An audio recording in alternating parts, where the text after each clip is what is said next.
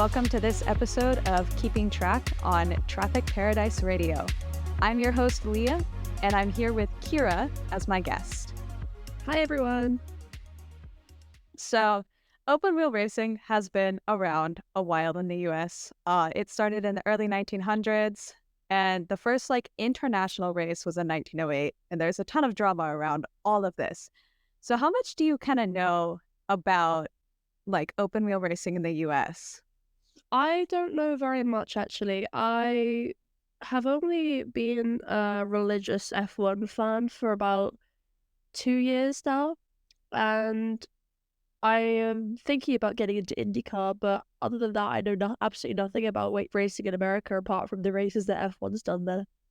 Let me just say, IndyCar is so fun, but as everything with America, there is a ton of drama with how international racing and then F1 started in the US. A US Grand Prix has been held kind of intermittently since 1908, and there's been 12 official locations just kind of under the US Grand Prix name, but there's also been a couple different ones. There's been the US Grand Prix West, US Grand Prix South. So it's a lot of drama.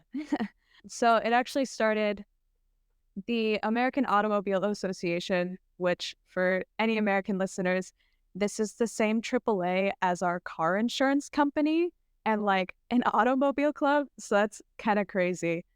It sanctioned the first of what was called the Vanderbilt Cup races back in 1905. And there was a ton of races with the first two that actually led to the 1907 race being canceled because of spectator and driver injuries and deaths, which not good. So when it returned in 1908, there had been a new set of Grand Prix regulations from the Association Internationale des Automobiles Clubs Recones, which is essentially the FIA before the FIA existed.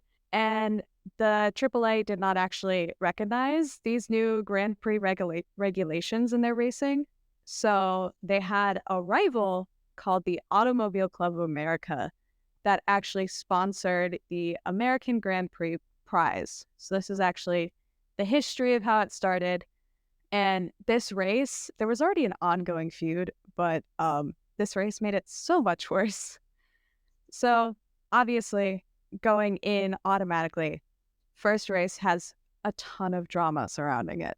And then in 1908, it was decided kind of between these two organizations that the AAA would handle all of the what was called big time domestic races, and then the ACA would handle all of the international races. But the AAA actually dissolved their racing board in 1908 as well following this decision and created a contest board, which there's no recorded reason why, but it's kind of speculated that this was so they could oversee kind of just all automobile events and not just racing. That's really cool. I had no idea that this is so much older than the actual Formula One series. Yeah, so the ACA was actually founded in 1899, and ironically, it was a founding member of the American Automobile Association. So there's it goes way back, and it actually, even though they split, they would actually end up rejoining with the AAA in 1920, and then following First World War, and then coming into the Second World War in 1932, the AAA would actually end up dissolving the ACA. It's super old, actually. The series started out in Savannah, Georgia, because it was relatively close to where the ACA was, and also the Savannah automobile track had shown beforehand a couple roadster races, which I guess the closest thing you could think of with that is kind of your IMSA series or NASCAR road courses. It was actual, automobiles, multiple two-seaters or more than that, just kind of your quote unquote sports cars era. Yeah. Is the Savannah track still in use today? Is this still a thing? Um, it is. It's kind of deteriorated though. And it's not used really very often. It's not been used for a US Grand Prix since 1911, and there's not really been any considerations of going back to it. But, sometimes they do have historical races there. Yeah, I guess probably it's a similar thing to Goodwood in the UK. I guess Georgia probably isn't the primary hub of tourism nowadays for people going to the USA, so they can make more money from bigger city tracks. Yeah. And like you can definitely see that, in the later years and stuff, because there's a stint from 1914 to 1916 that all of the US Grand Prix were held in California, actually, and they were just held in different cities, but they were all like the major cities of the time. So it was Los Angeles, San Francisco, and Santa Monica. So it's definitely like the places you can get tourism. California makes a lot of sense, and it actually does still surprise me that there's no Formula One activity in California because of how big it is and how many people want to go there and how much money it could make. Absolutely. I think they should bring back the Los Angeles one personally, because I think that would be a good location for it. But also, like Santa Monica is beautiful, but you can also choose a different new location as well. In 1958 and 1960, they actually were at Riverside, which is also in California, and that's a relatively newer track. So maybe they bring back Riverside. That would be a good idea. I mean, I'm from the UK, but I have been to California before, and it was so lovely. It's always such good weather, and it seems like a perfect place for a summer season race. Like, not necessarily a night race, like, it'd be perfect for a day race if you can get a track near the coast. Absolutely. And like, I've only been to California really once, but you relatively have stable conditions throughout most of the year. So you can put it on almost any time on the calendar as well. So following, 1916, obviously there was a major event that happened around then. The US Grand Prix was canceled for a while, and it took 7 years to bring it back. And this is when the Indianapolis 500 comes in. So the Indianapolis 500 was actually treated as the US Grand Prix. They didn't like come to Indianapolis Motor Speedway kind of as like a separate race. They just entered the cars into the running for that, because this is a fun tidbit about IndyCar. The field for the Indianapolis 500 is actually variable. So you can have as many entries as you want, and then you go through qualifying. And from there, they build the field of typically 30 cars. So a lot of the European teams just entered their cars into the Indy 500 and then went through qualifying and stuff as the US Grand Prix, the American Grand Prize. And it was also kind of used like as this bridge between the European series and the American series. So they kind of used it as to bridge the gap between 1923 and 1930. And then also in 1938 through 1953, which spans World War II, and weren't really too many entries for those times, but there were, two or three or European teams that did enter.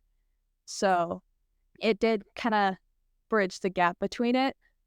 And then actually through 1950 to 1960, the Indy 500 was included in kind of like the International World Championship, but it wasn't called the USGP. So that's where like the naming gets a little bit weird, because there are tons of times there have been US races and they just have not been called like the USGP or the American Grand Prix or anything like that. The naming gets a little funky sometimes. Mm. Actually, it quite surprised me that they were able to keep running these races during like, the Great Depression years, because everything seemed to come to a halt there, but it seems like the motorsport carried on. Yeah, it is a really interesting thing. because it was a struggle. There were a lot of series that actually kind of did shut down. And actually, the ACA, they dissolved before the end of World War II. But part of the reason they dissolved was because the economy was crashing. It was really hard for the members to pay their dues and stuff. So, like, we do see one of the historical organizations is lost because of, leading up to the Great Depression and stuff. And actually, in the middle of the Great Depression, from 1930 to 1936, um, because like it was the Great Depression and we are right in the middle of it, they actually moved the American Grand Prize trophy to the Indy 500 until it was replaced by, of course, the Borg Warner trophy that they use now. But because they couldn't really afford to go anywhere else with the Great Depression, it was awarded at the Indy 500. And like how I mentioned, it wasn't considered the USGP, quote unquote, between 1950 through 1960. And that's because the USGP in 1958 and 1960, as I mentioned earlier, was in Riverside. And then in 1959, there was a one-time race at Sebring, like right after the 12 Hours of Sebring race, because that was kind of shown as the showcase of this track can host an F1 race. So there's a lot of kind of like history between there are other series that race at tracks and then F1 comes in. And a similar thing actually happened with Watkins Glen, which hosted the USGP from 1961 to 1980. They came into that because of there had been previous series that had shown that they were capable of hosting races. And then in 1971, it was actually reconfigured. So when they had started coming into Watkins Glen, it was on a completed short circuit layout because the track itself was actually not even finished when they started running it. So in 1971, the layout was reconfigured to be the full track, which had some issues. Jackie Stewart, kind of an icon in F1 racing, his teammate was actually killed during a race at Watkins Glen. And that's like kind of an important part of what he calls his history or whatever, because when it happened, they actually just kind of left the car like where it went into the barriers. And Jackie Stewart and his wife had to kind of be like, we need to at least like cover the cockpit or something, and we need to move the car. So you can also like see there's a lot of history there as well with, what we consider now large name racers. But within this time, you also kind of see, once again, it's not just called the U.S. Grand Prix for some of these races. So in 1976, it was the U.S. Grand Prix West, which brought back Los Angeles. And then for about 6 years, which is one of the longest kind of unofficial U.S. Grand Prix stints, there was a race in Detroit that was just called the Detroit Grand Prix. And then if you're not super familiar with the history of American F1 racing, you might think Las Vegas was a random choice. But realistically, it actually wasn't, because in 1981 and 1982, there was a race in Las Vegas, and it actually was kind of in like a car park, so to say. At one point it was called the Grand Prix in a car park in Vegas. The official name is the Caesars Palace Grand Prix. But Las Vegas actually isn't a random choice, as we can see, which, if you don't know the history, you wouldn't know that. But, the Las Vegas Grand Prix now is a little bit different. Some of the scenery is more interesting. I'm very intrigued as to how they were able to set up a Grand Prix in a car park. Yeah. That is really interesting. And like some of the photos I've seen of it is like, they have the usual barriers and stuff along the side, but there weren't really like any grandstands, so to say. And, there's a lot of photos of just people like standing kind of alongside where the fence is.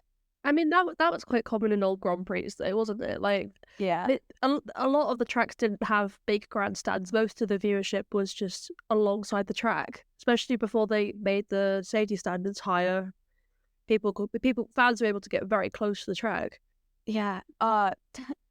And like with it being a car park, a parking lot, it apparently like the surface was really good actually.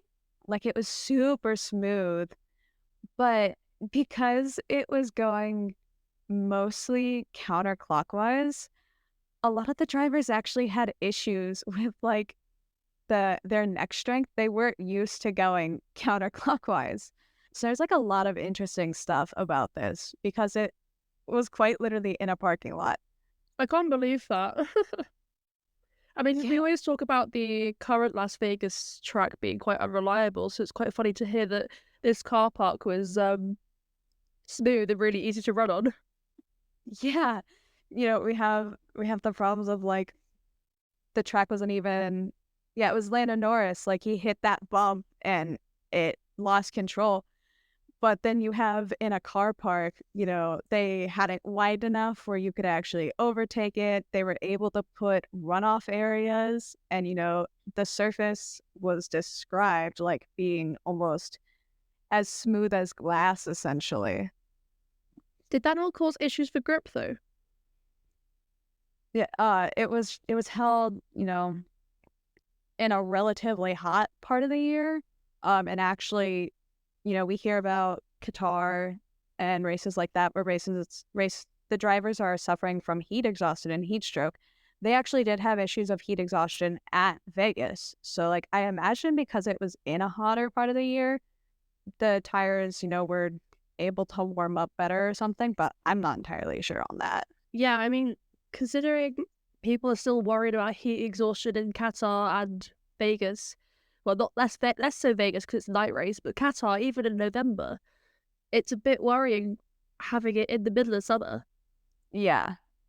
Part of that heat was actually the reason why this race was kind of canceled after that because it was described like it was super unpleasant. And then, you know, they designed it to say there was quote unquote enough space for overtaking, but it was still described as like a relatively boring race. Um, which is why they haven't gone back to it. But I still think it's really funny to think about the fact that like we have literally had F1 races in the US in the parking lot of a hotel. That's so weird to me. I mean, it must have been a time when F1 had far less money, but it's still so funny to think that they were racing in a car park. Yeah. It wasn't really relatively popular among like drivers and fans, but it's still like a fun thing to think about. And the funny thing is about this track is there was never a repeat winner for either driver or constructor. So I guess it showed that like it had variety with the winners and stuff, but Seems like a quite an unpredictable track then. yeah. So there's like two different layouts of it. And there was one that was kind of just like, it was literally quite literally almost an oval, but flat. And then it had kind of like one corner, one turn up at the top of kind of the track before going down to the start finish line. And then they actually redid it.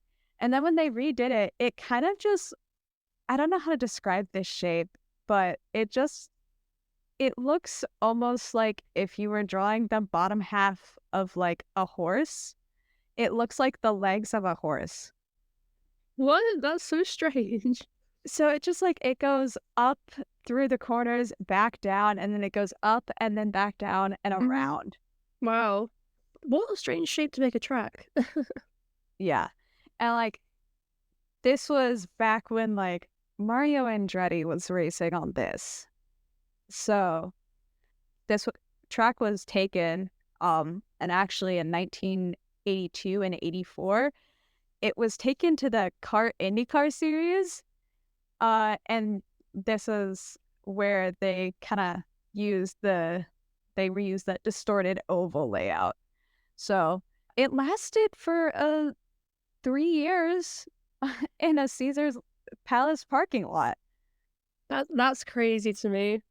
I mean, IndyCar tracks quite like ovals, don't they? Like, some of the tracks are just ovals. Yeah, So it's not too out of the ordinary for them, whereas for Formula One, it'd be quite a boring track. yeah. Which that's where it goes into with Formula One. They have the weird, up down shape. I literally cannot think of any modern tracks to relate to this. It's just so funky. That's one of like the unofficial ones. Honestly, I think the unofficial tracks and the unofficial, United States Grand Prix are more interesting than some of the official ones, really.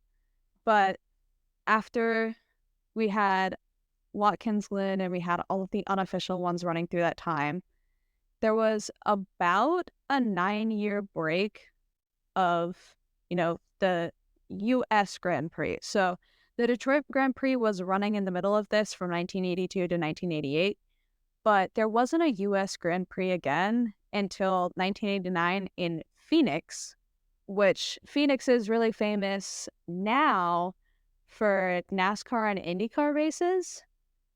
But you wouldn't really think of that for, Formula One. So it actually ran, it was a street circuit and it ran two different layouts as well.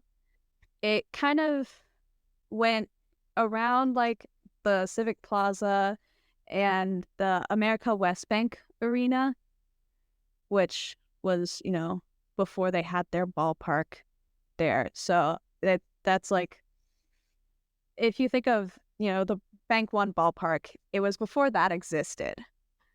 And this layout's really interesting because it goes from like previously it had gone kind of up through the streets and there was like kind of one road that was really slanting through it and they kind of turned through that road, but then they changed it and they made one part of it like super narrow.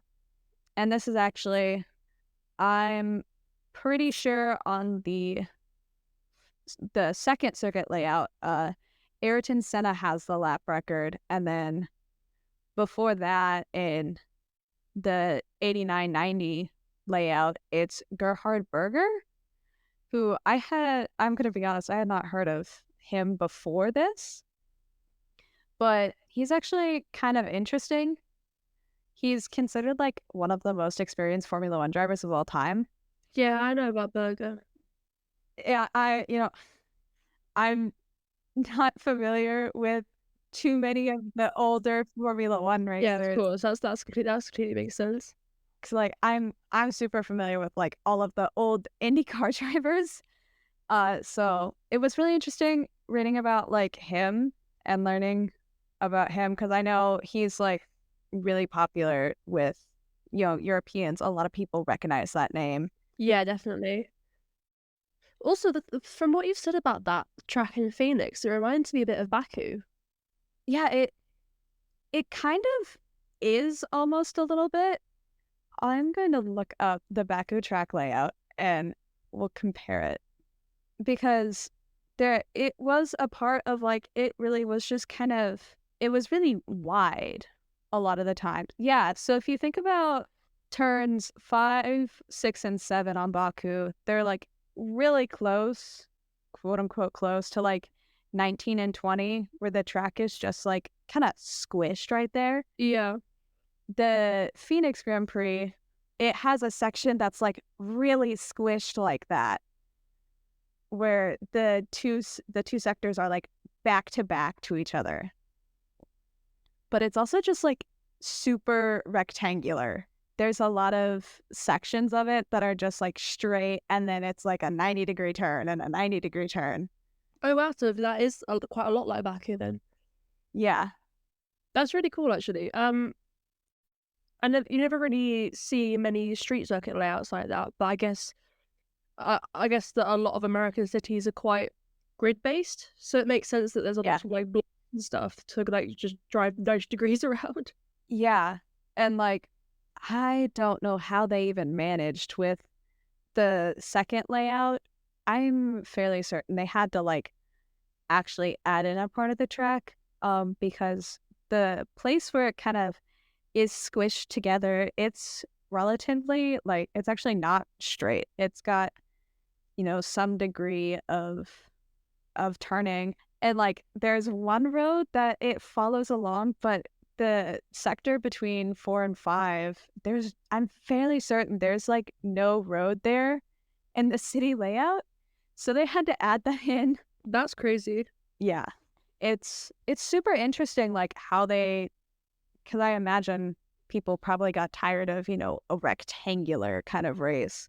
It's really interesting how they were able to modify it using, the roads, because also the part between turns 7 and 8, there's also no road there. So they would have had to kind of add that in as well, which is interesting to think about because the last time I was in Phoenix, all the buildings are relatively close together within the block. So I imagine it wouldn't have been as crowded, in the 80s and 90s, but it's really interesting to think of just like, going between the buildings or whatever. I find it really interesting how into the street circuit idea the USA is. Like, pretty much all of its Grand Prix now are on street circuits. I mean, from the modern ones, Miami and Vegas are both street circuits, and obviously these old ones as well. So it's interesting to see that they've always held on to the street circuit idea. Yeah. Like there's a lot of tracks historically in the US, but a lot of our racing and stuff, starting out was very much old automobiles, and then, IndyCar started out in ish, 1950, but it wasn't called IndyCar then. A lot of it was, kind of ovals a little bit. If you look at the old Indianapolis Motor Speedway layout, it has the oval section, and then it kind of has this little part in the middle of it that's not an oval, but it didn't really have the banking back then. So a lot of our races were really actually like our tracks were kind of oval based. So you do kind of have to get into the street circuits, but it is really interesting. I agree, to kind of like look back and see that, wow, like a lot of our racing is actually based in street circuits. Because Savannah, Georgia was a track, but the 1912 Grand Prix in Milwaukee was a street circuit. Los Angeles was also a street circuit. San Francisco was a street circuit. They had a race in San Francisco. Wow, that seems like it'd be crazy to have it on those hills. Yeah, it was in 1915. That's okay. That's very early. It might not have been quite as built up as it is now. If it was in 1915, but even so, the gradient of some of the hills in San Francisco, that sounds like it'd be crazy. It was in the Golden Gate Park, so it's not like it wasn't really on the hills too much. Oh, I see. Yeah, I know what that is. Okay, that makes more sense. But even so, then you're still right by the harbor. Yeah, and that's the crazy part. Like I imagine that race was probably beautiful, but being so close to the harbor, I feel like might be a little bit scary. Yeah.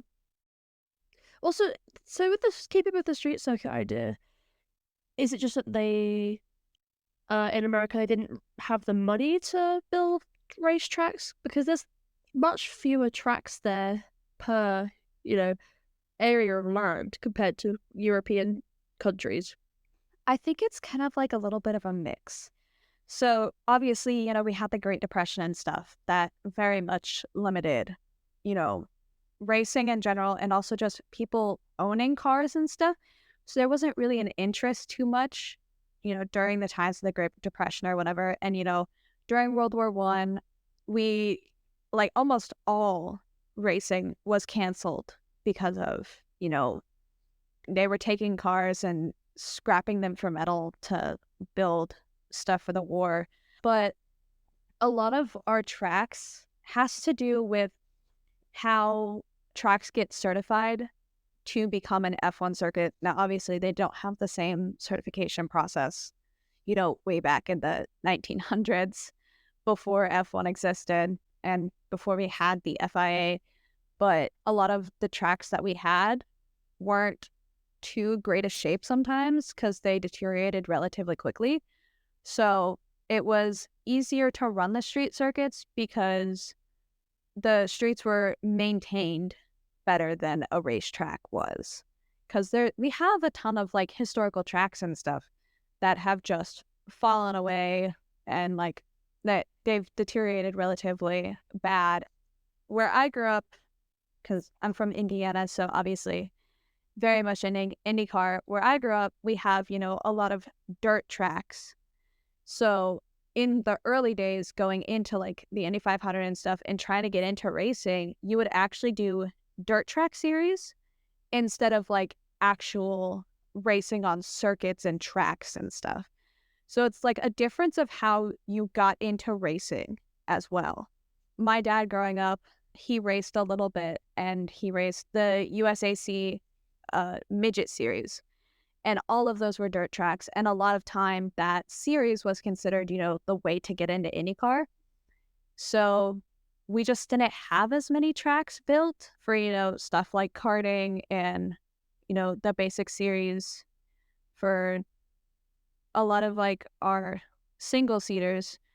They were, midgets, sprints, stuff. And, you get into NASCAR and stuff like that, which can run on things that aren't circuit tracks. I guess that makes sense because it seems that single-seater racing in general, other than IndyCar, is a lot less popular in the USA compared to Europe. I mean, single-seater racing, Formula One, has always been huge in Europe, but it seems like in the USA they seem to be more focused on other sports cars and also motorbikes and stuff. Is that true, or would you say that's not true? I would say that's true because like MotoGP and, we have Moto America and stuff like that. And then we also have, Supercross, all of these different, racing series for bikes. And then we also have like a ton of GT series. We have, the IMSA Ford Mustang. We have NASCAR. We have like the NASCAR Craftsman Truck Series. There's the Cup Series. There's just like a ton of other races, and I don't want to say there's like more diversity with it, but there's a ton of other series that you can get into in America.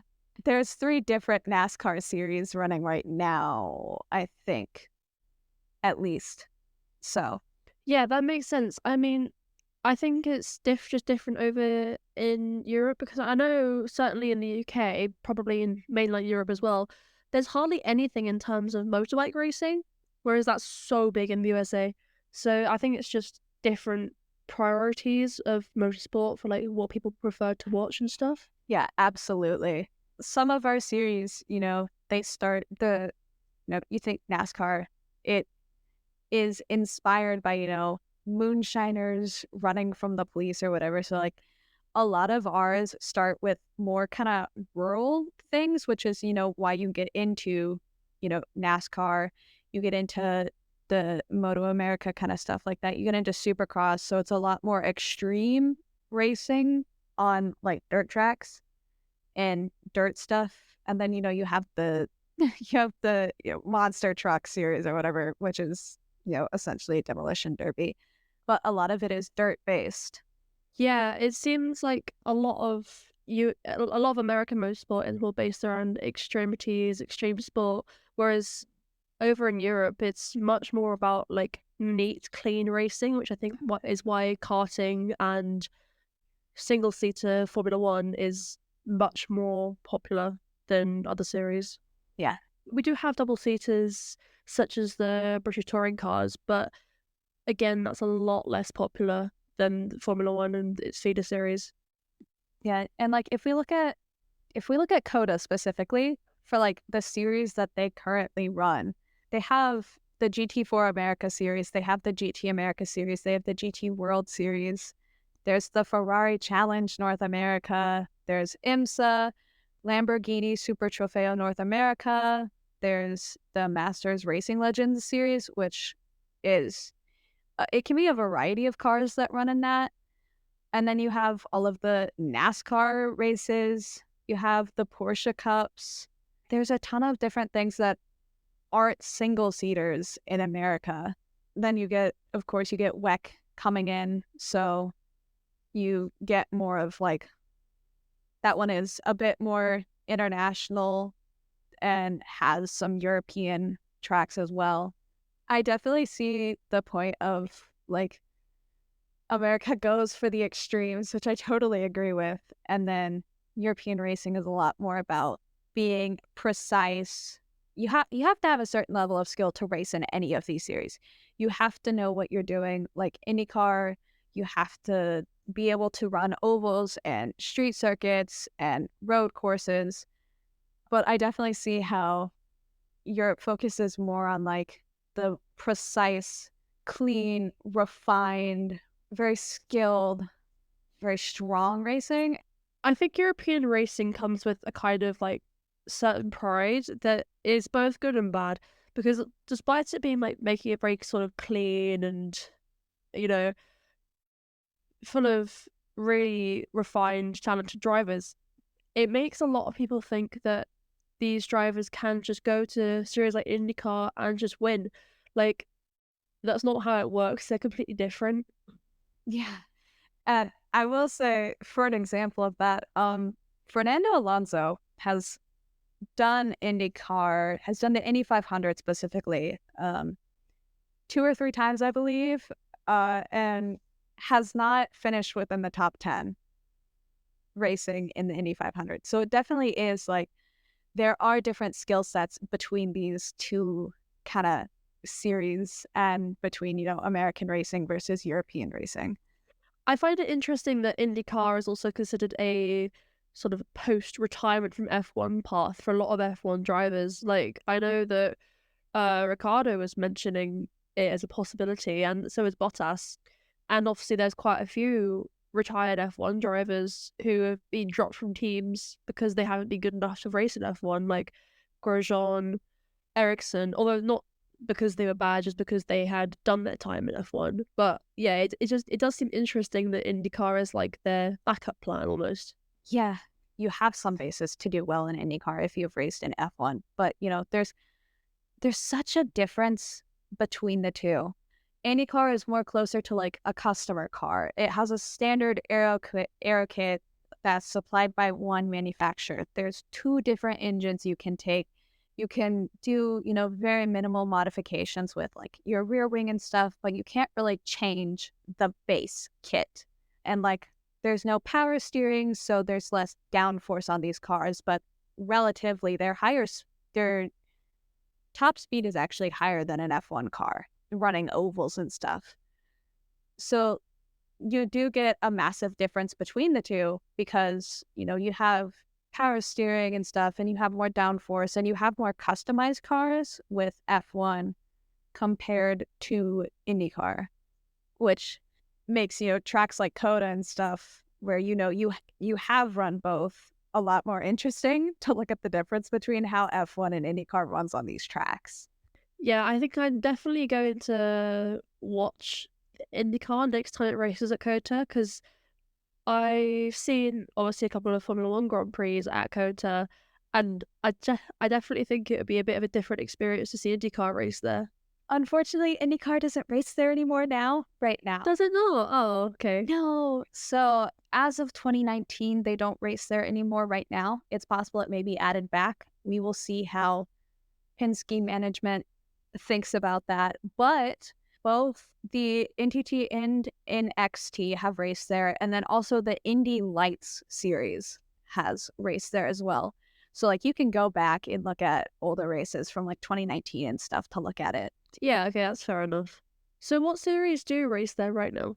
Oh, that's a very long list. So right now at COTA, the current series that race there is the Ferrari Challenge North America, Formula One, Formula 4 United States Championship, the Formula Regional Americas Championship, GT4 America, GT America, GT World Challenge, the IMSA Ford Mustang Challenge, Lamborghini Super Trofeo North America, Masters Racing Legends, Moto America, MotoGP, NASCAR Craftsman Truck, NASCAR Cup Series, NASCAR Infinity Series, the Porsche Carrera Cup North America, Porsche Sprint Challenge North America, Sports Car Vintage Racing, TC America Series, Toyota Gazoo Racing Cup North America, Trans Am Series, World Racing League, and World Endurance Championship.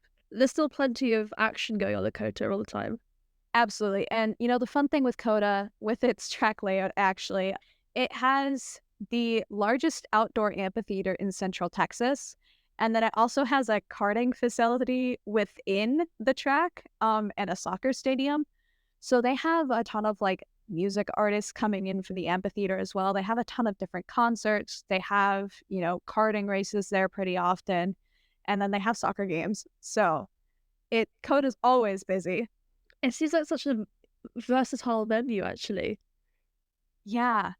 It's so the Circuit of the Americas property itself is 1,500 acres.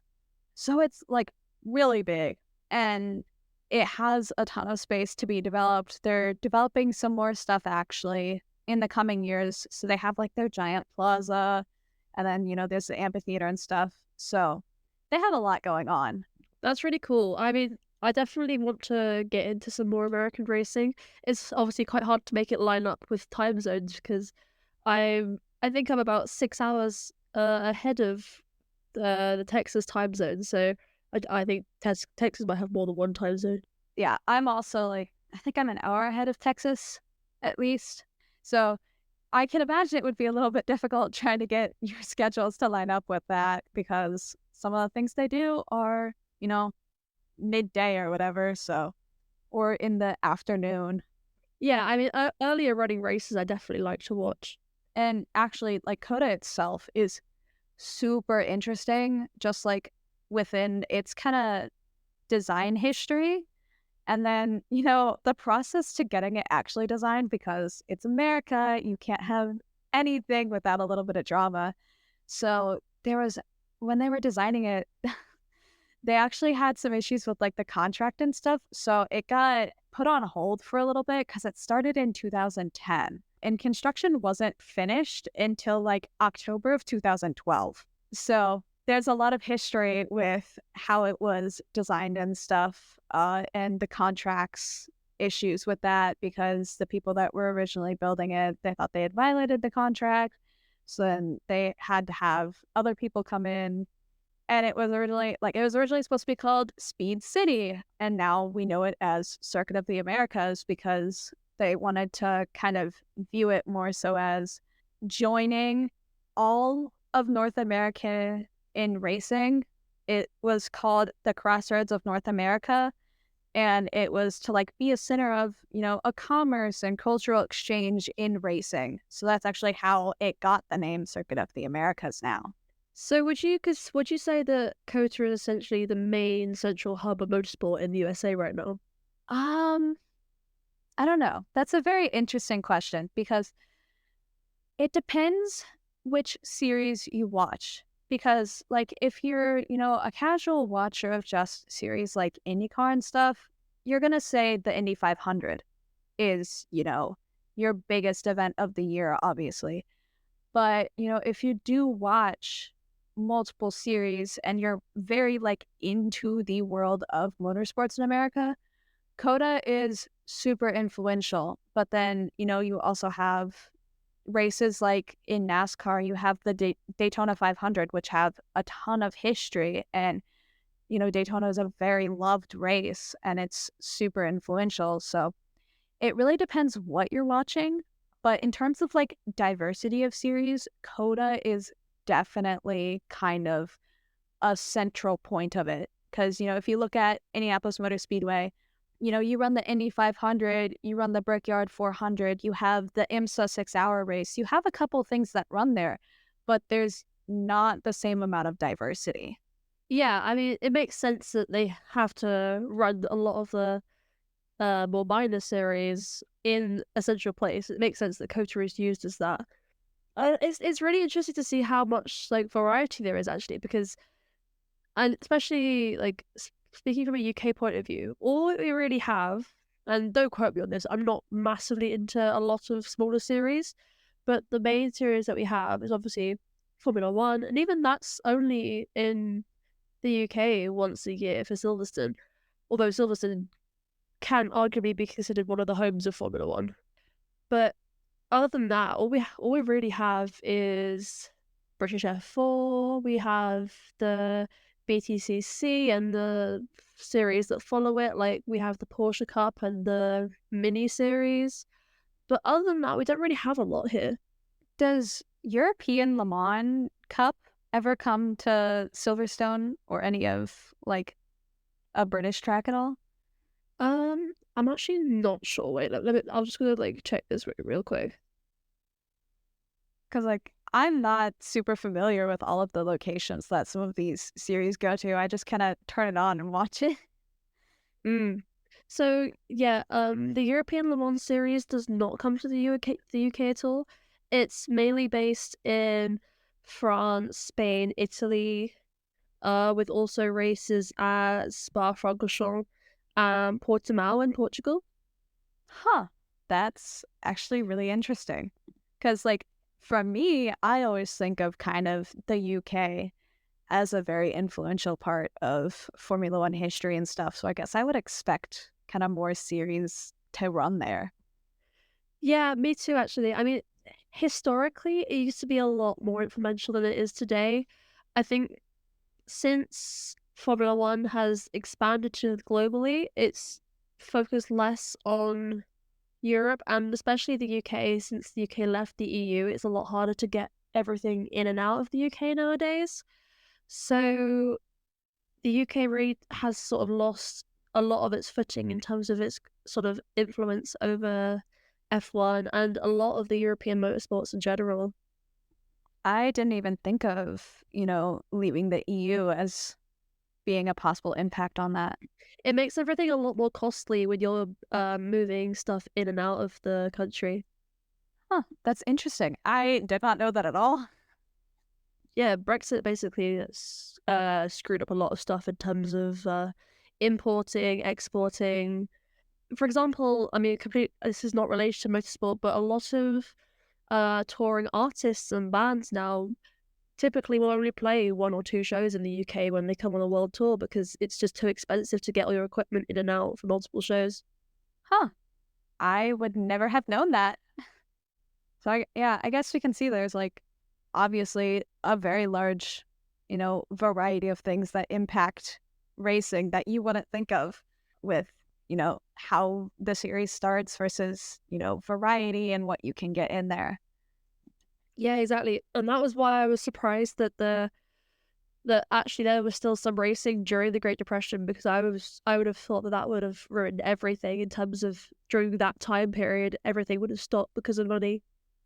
Yeah, it was all of the racing then was super limited. And that's part of why they kind of used the Indy 500 during the Great Depression to kind of bridge the gap because when it started, its first race was in, let me double check this really quick before I say it.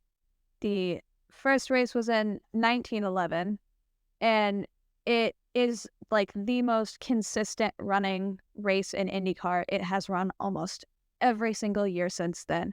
So because it was so consistent and, it was already a relatively influential part of American open wheel racing with that, because it was run by the AAA, they used the fact that it would be consistent to make sure there would be a US Grand Prix. So that's why all the way up through 1930, we do have a quote unquote US Grand Prix. That is why, the American Grand Prize trophy within like the height of the Great Depression in 1930 through 1936 was awarded at the Indy 500 was because they knew that race was happening. So instead of, trying to build a new track or, get everything to a new location or whatever, which would have been super difficult during the Great Depression, that's kind of why the Indy 500 was used. Yeah, that makes a lot of sense. I find that really interesting.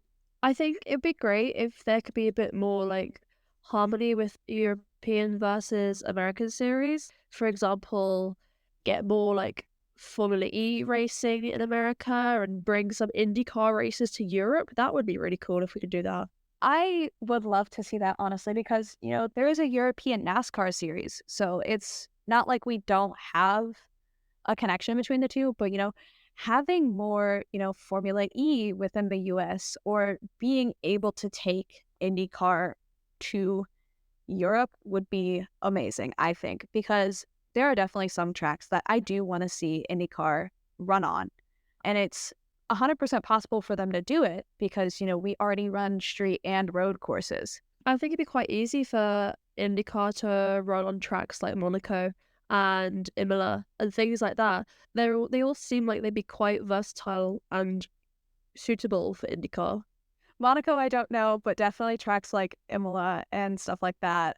I just say Monaco because I know that the Indy cars are quite a bit smaller than Formula One cars, so it might be a bit more Yeah. interesting than watching Formula One there.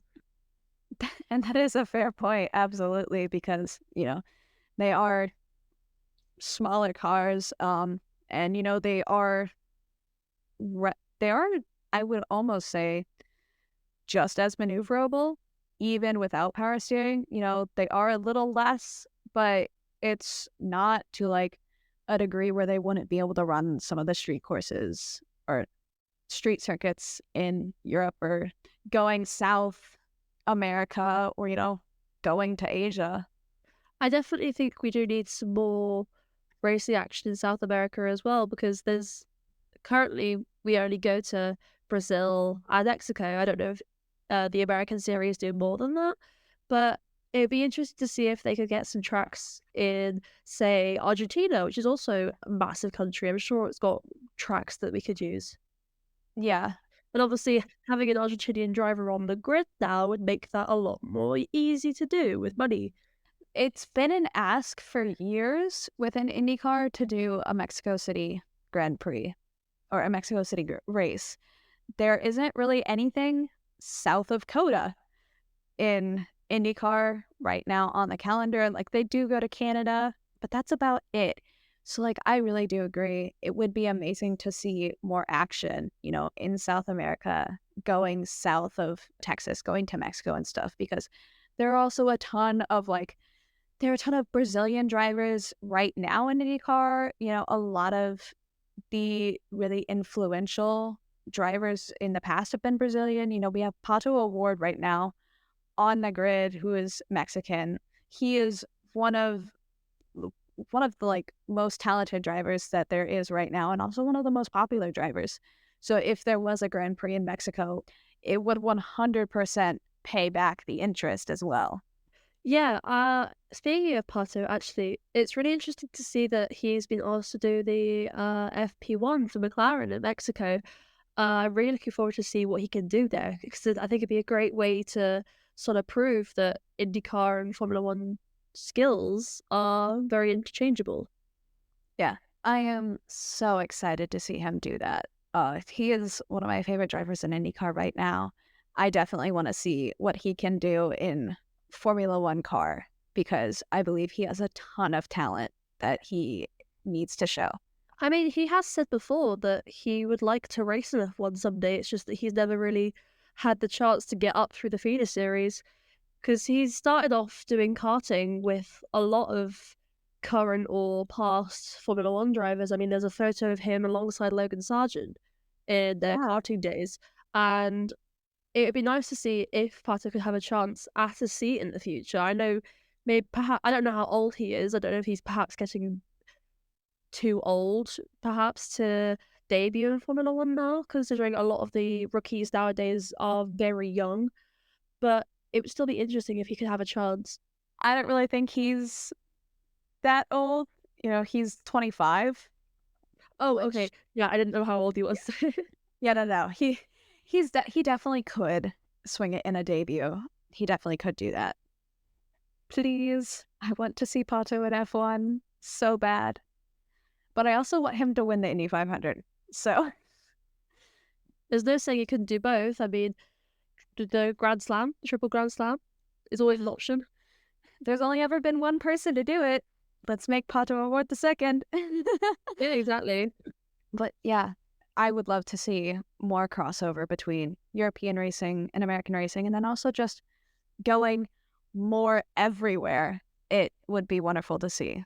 I do think that series like Formula One really need to think about varying the tracks each year. I mean, the 2025 calendar is basically identical to the 2024 calendar. With I don't know if there's any variations in which tracks they're going to next season compared to this season. I can understand how it might be difficult to get new tracks in because, as far as I know, there are only 4 track designers that are recognized by the FIA to design grade 1 tracks for Formula One. But also there's like a ton of, older tracks that they can go to within other countries and stuff. It may be difficult to, make more tracks in South America or, going to Africa, having an African Grand Prix at some point. They may be limited on track designers making those new tracks, but why can't we go back to old ones too? Yeah, exactly. I definitely think resurgence of the South African Grand Prix would be great for Uno. Yeah, because, well, if you look at COTA, there was 3 designers. There was Tavo Helmond.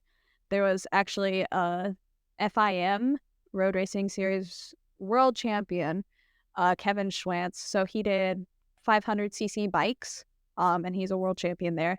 And then it was Erman Tilke, who is, again, he's one of only 4 track designers recognized by the FIA, but he's done a ton of different tracks. So, like, he designed Sochi, Yas Marina, the Bud International Circuit in India, Sepang, but he also has, like, done redesigns. So he did, the redesign of the Hockenheim Ring and Nürburgring. So it's not like they don't have talent to make new tracks and stuff. So, let's bring back a South Africa Grand Prix.